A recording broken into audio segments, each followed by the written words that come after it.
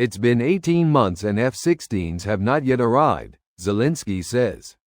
Here's a summary of the article. Ukraine is yet to receive the first of the pledged F-16 fighter jets, despite waiting for them for a year and a half, President Volodymyr Zelensky said in an interview with the BBC on July 18.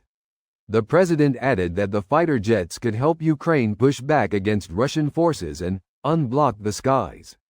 Zelensky added that the pledged numbers are not sufficient, as Ukraine requires at least 128 planes to successfully defend itself against Russian aggression.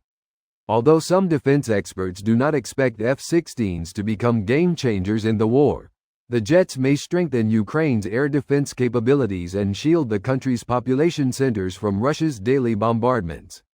Navy Commander Alexei Nishpapa said that the upcoming delivery of F-16s to Ukraine will challenge Russia's full dominance of the skies over the Black Sea. F-16s are on their way to Ukraine. Here's how they can help fight Russia. After a long wait, F-16 fighter jets are finally on their way to Ukraine. This post received a score of 13,000, with an upvote ratio of 93%. Here are the top comments in response to this article.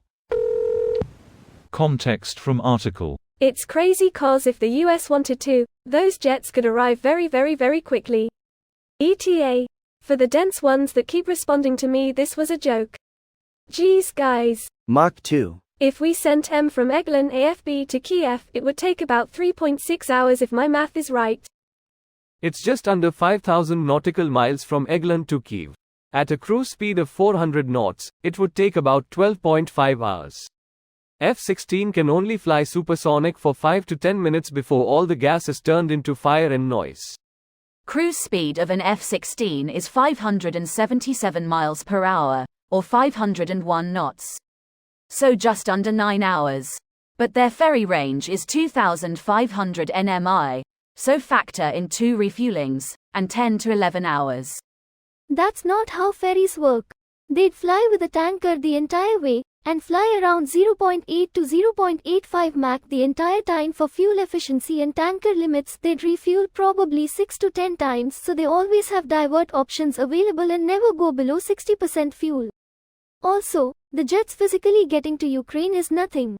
That's easy and could have been done overnight. The pilots flying them need to be untrained of their Ukrainian training, and retrained to fly an American fighter with American-ish tactics and American weapons. That takes years. Source: M fighter pilot. Cool. Also, the horizon ball thing is upside down in the Russian planes, right? That would inevitably send me into the ground. Source: I'm not fighter pilot. In Western planes, the plane is fixed and the horizon moves. So it's the same as what you see out the window. In Soviet planes, the horizon is fixed and the plane moves. Critically, that difference has made more than one pilot changing from one to the other think they're banking in a particular direction, then try to exit the bank by banking even harder in that direction, resulting in a roll and crash. Though with a fighter jet rather than a passenger airliner, perhaps it's fine to do a 360-degree roll to come out level. I kept hearing June. It's mid-July. Insane when you put it in blatant terms like he did. It's like GRRM in the South Park episode. The dragons are on their way.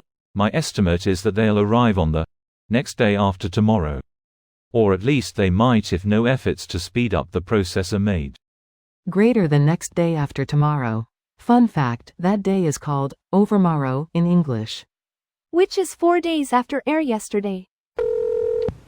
Does he have a tracking number? Your neighbor has accepted your package. Wait, which neighbor? Orban. The scuttlebutt is that it's proving way more difficult to transition Ukrainian pilots to Western airframes. Neither the Russians nor the Ukrainians routinely trained as much as Western air forces as well because flight hours are expensive and wear and tear on airframes is unavoidable.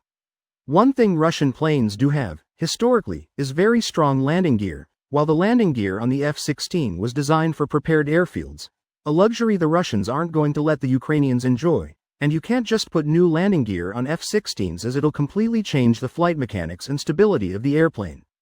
What makes way more sense in the long run is to continue to figure out ways to incorporate Western sensors and weapons onto Ukraine's existing aircraft.